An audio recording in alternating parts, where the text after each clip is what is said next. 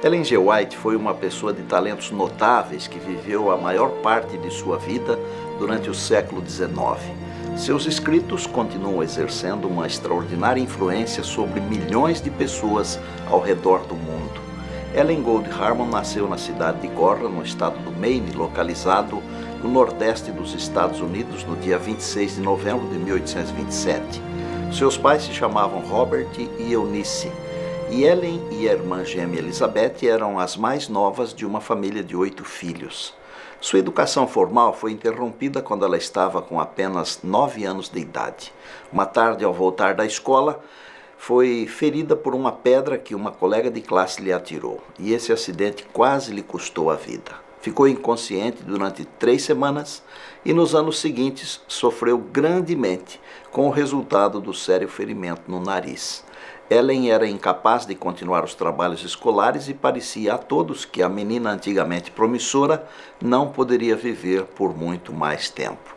No ano de 1840, Ellen assistiu com os pais à reunião campal metodista em Buxton, no Maine, e lá, com a idade de 12 anos, entregou seu coração a Jesus. Voltando para casa, por sua insistência, foi batizada por imersão por um ministro metodista nas ondas revoltas do Oceano Atlântico, que banha as praias de Portland, e nesse mesmo dia foi recebida como membro da Igreja Metodista.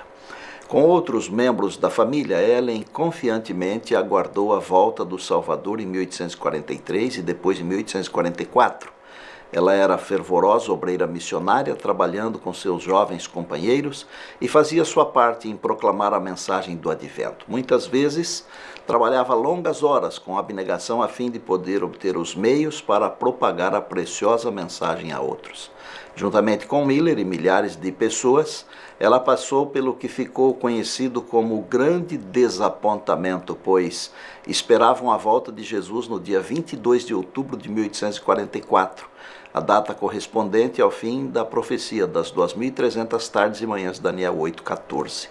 Em dezembro de 1844, Deus concedeu a Ellen a primeira de um total de cerca de 2.000 visões, incluindo sonhos proféticos.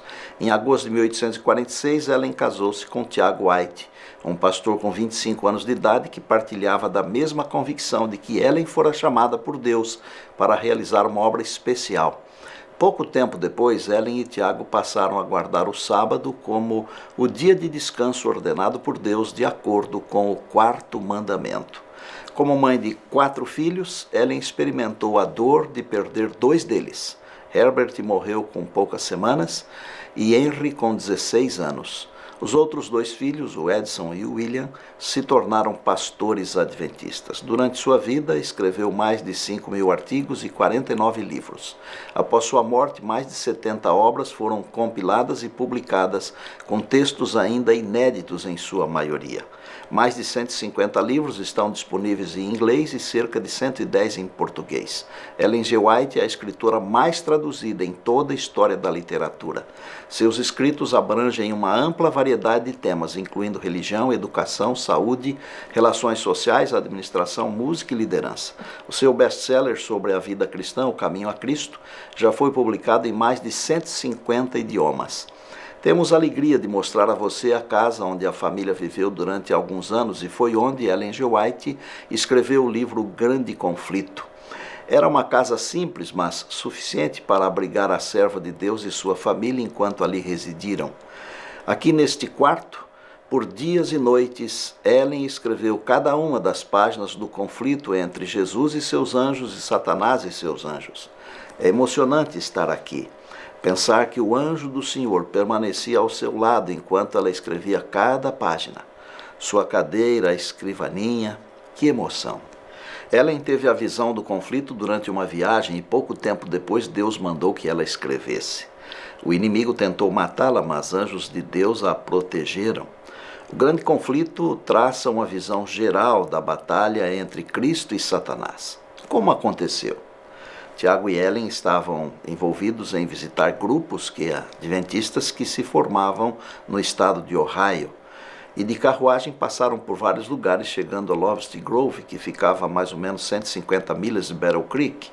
Os encontros foram realizados numa escola pública da pequena cidade. No domingo à tarde, houve uma cerimônia fúnebre. no mesmo local onde o grupo se reunia. O pastor Tiago White foi convidado para fazer o sermão. Quando ele terminou suas palavras de consolo, Ellen sentiu o desejo de também falar sobre a breve volta de Jesus e a ressurreição e a esperança do cristão. Enquanto falava, ela foi tomada em visão. A visão durou 2 horas. Ao voltar da visão, um grupo foi para o cemitério e o outro permaneceu para ouvir um resumo do que havia sido revelado. Em visão, vários assuntos foram mostrados. Conselhos práticos aos irmãos de Ohio, a atitude própria que deveriam ter com parentes que não criam na mensagem, a filosofia correta quanto ao plano de benevolência sistemática, etc. O principal tema da visão foi o grande conflito, que já tinha sido apresentado a ela alguns anos antes e foi agora repetido e dito que deveria escrever. Ela foi também advertida de que Satanás faria de tudo para impedir, mas os anjos de Deus, os anjos do Senhor, haveriam de sustê-la. Os planos para a publicação de um livro sobre o tema Grande Conflito era o assunto da conversa do casal White em seu retorno para Battle Creek, agora de trem. Quando chegaram em Jackson, foram para a casa do irmão Palmer para um breve descanso. Enquanto conversava com o irmão Palmer, Ellen teve um derrame, ou isquemia, ou AVC. Ela conta no livrete Life Sketch 271 o seguinte: minha língua se recusava a falar o que desejava dizer e parecia grande e amortecida. Uma sensação estranha e gelada passou por meu coração, por minha cabeça e pelo meu lado direito. Fiquei insensível. Por um curto período de tempo eu não esperava viver. E embora estivesse a 22 quilômetros de casa, eu não tinha esperança de rever as crianças. Lembrei-me do triunfo que havia experimentado em Locust Grove e pensei que tinha sido o meu último testemunho e me senti reconciliada para morrer. Por meio de orações, pouco a pouco ela voltou ao seu estado normal. Por semanas não teve forças nas mãos e não podia sentir até mesmo a água gelada colocada sobre sua cabeça. 3 meses mais tarde, ela teve uma visão que lhe mostrou o que realmente havia acontecido na casa da família Palmer. Satanás havia tentado tirar a sua vida, mas os anjos do Senhor vieram ao seu socorro. A princípio não podia escrever mais do que 1 página por dia, então descansar durante 3 dias. Mas logo as forças foram voltando. Em meados de agosto, o livro ficou pronto e foi publicado. O grande conflito entre Cristo e seus anjos e Satanás e seus anjos. O livro mais difícil de ser escrito e publicado, porque ele mostra com detalhes a obra de engano de Satanás. O movimento da esperança aponta para a segunda vinda de Cristo, a volta de Jesus, pois Jesus é a nossa esperança viva. No sermão profético, Jesus falou sobre a destruição de Jerusalém e ele disse: quem estiver na Judéia não fuja para os montes, no telhado não desça pegar alguma coisa, no campo não volte para pegar a capa. Será terrível para as grávidas e lactantes. Devem orar para não acontecer no sábado.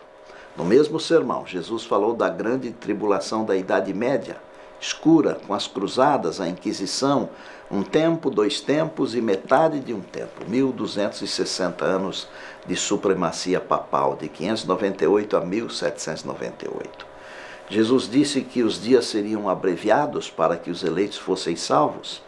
A Reforma Protestante e a Revolução Francesa cumpriram esse papel. No mesmo sermão, Jesus falou sobre a segunda vinda. A segunda vinda será visível como um relâmpago. Haverá sinais no sol, na lua e nas estrelas, o sinal do Filho do Homem no céu, com poder e grande glória. E Jesus aparecerá nas nuvens para resgatar os seus. Enviará os seus anjos para juntar os escolhidos de todos os cantos da terra. E no final do sermão profético, Jesus apresenta 5 parábolas para mostrar a importância de vigiar. Da figueira, os servos bom e mau, as 10 virgens, os talentos e o grande julgamento. A grande pergunta é: quem será tomado e quem será deixado naquele dia? Vamos ler na palavra de Deus, em Lucas 17, 26 a 36. Assim como foi nos dias de Noé, será também nos dias do Filho do Homem. Comiam, bebiam, casavam e davam-se em casamento, até ao dia em que Noé entrou na arca e veio o dilúvio e destruiu a todos. O mesmo aconteceu nos dias de Ló. Comiam, bebiam, compravam, vendiam, plantavam e edificavam. Mas no dia em que Ló saiu de Sodoma, choveu do céu fogo e enxofre e destruiu a todos. Assim será no dia em que o Filho do Homem se manifestar. Naquele dia, quem estiver no eirado e tiver os seus bens em casa, não desça para tirá-los. E de igual modo, quem estiver no campo, não volte para trás. Lembrai-vos da mulher de Ló. Quem quiser preservar a sua vida, perdê-la-á. E quem a perder de fato, a salvará. Digo-vos que naquela noite, 2 estarão numa cama, um será tomado e deixado o outro. 2 mulheres estarão juntas moendo, uma será tomada e deixada a outra. 2 estarão no campo, um será tomado e o outro deixado. Será como nos dias de Noé e como nos dias de Ló. Vamos entender as metáforas. 2 na mesma cama, 1 e 1. Esse símbolo representa a ressurreição dos mortos. Dormindo na cama do sono da morte, um ressuscita na primeira ressurreição, o outro não. 2 moendo, uma e uma. No trabalho do dia a dia, o trabalho comum da vida, uma será tomada, outra não. 2 no campo, 1 e 1. No serviço do Senhor, no trabalho de Deus, obreiros e missionários, religiosos, um será tomado, o outro será deixado. Analise junto comigo. Todas as predições de Cristo sobre a destruição de Jerusalém se cumpriram ao pé da letra. Foram muitos os sinais e prodígios prenunciando o desastre. No meio da noite, luz sobre o templo e o altar. Nas nuvens, ao pôr do sol, desenhos de carros de guerra. A terra tremia e vozes eram ouvidas dizendo: partamos daqui. A porta oriental, pesada demais para 20 homens, moveu-se sozinha no meio da noite. Durante 7 anos, um homem subia e descia as ruas, gritando da destruição. Quem seguiu as orientações de Jesus se deu bem. Nenhum cristão morreu na destruição de Jerusalém. Lembra-se do que disse Jesus? Quando Jerusalém for sitiada, fujam. Como fugir se a cidade está sitiada? Em 68, Céstio cercou a cidade com exércitos romanos que foram retirados sem aparente razão. Os exércitos de Israel perseguiram os romanos e houve tempo para os cristãos fugirem. Os que seguiram as orientações de Jesus salvaram sua vida. Mas quando Tito assumiu o cerco, não havia mais oportunidade. Era Páscoa. Jerusalém estava apinhada de pessoas. Uma medida de trigo era vendida por 1 talento. Milhares morreram de fome. Filhos arrebatavam o alimento da boca dos pais idosos. Mulheres antes piedosas coziam os próprios filhos para alimento, conforme Lamentações 4:10. Centenas eram crucificados diariamente. Era impossível transitar no vale de Josafá e no Calvário, no meio das cruzes, de tantas que eram. Tito queria poupar a cidade e o templo, mas um soldado lançou uma tocha. O fogo alastrou-se rapidamente nas paredes recobertas de cedro. Os soldados mataram à espada os que se esconderam no templo. O sangue corria como água pelas escadas. Se Jerusalém foi uma ilustração, imagine como será o final, antes da volta de Jesus. Os sinais estão se cumprindo. Em breve, a grande esperança surgirá no horizonte para estabelecer para sempre o reino de paz e amor. E ele está muito próximo. O sol já escureceu, a lua não deu sua claridade, as estrelas já caíram do firmamento, falsos cristos e falsos profetas, guerras, amor se esfriando, o poder do engano, a corrupção, semelhança com os dias de Noé e de Ló. Como uma mulher que está para dar à luz, 1 Tessalonicenses 5:3. A pregação do Evangelho em todo o mundo logo acontecerá, cumprindo Mateus 24:14. Pense bem. Satanás, por meio de Herodes, tentou destruir e matar o menino Jesus. Satanás tentou matar Ellen G. White para que não escrevesse o grande conflito. No final não será diferente. Ele tentará acabar com o povo de Deus, mas não conseguirá, Porque Deus é mais, muito mais. Haverá um escape para o povo de Deus. O movimento da esperança aponta para a segunda vinda de Cristo, a volta de Jesus, pois Jesus é a nossa esperança viva. No livro O Grande Conflito, página 634, está escrito o seguinte: o povo de Deus não será abandonado a perecer. O Deus que cuidou de Elias não desampara nenhum de seus abnegados filhos. O seu pão será dado e as suas águas serão certas.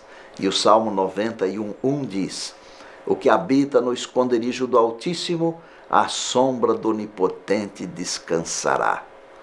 E a Rebeca agora, juntamente com a Ana, elas vão cantar: Deus cuidará de ti. Às vezes o coração está aflito, está triste, mas Deus cuida de nós. Este clipe foi gravado na cidade de Esmirna, atual Izmir, onde Policarpo foi bispo de Esmirna. Uma igreja sofredora. A Bíblia não traz nenhuma repreensão para ela. Mesmo que você esteja sofrendo, preocupado, lembre-se, Deus cuidará.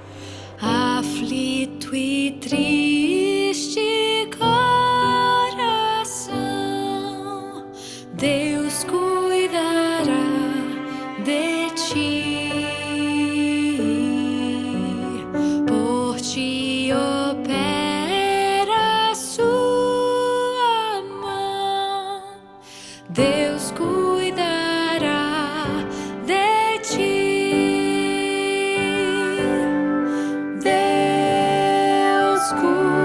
Cuidará de ti em cada dia, proverá, sim, cuidará de ti, Deus cuidará de ti.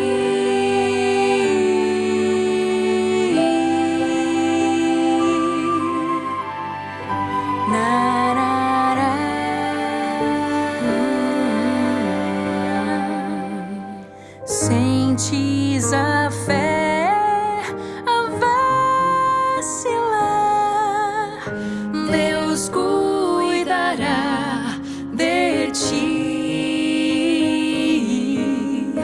ao teu amor quer forças dar, Deus cuidará de ti.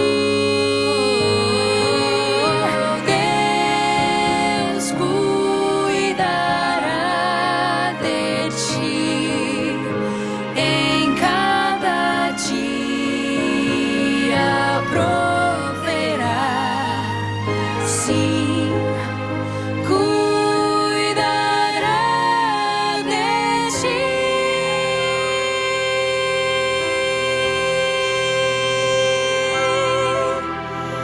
Deus cuidará de ti.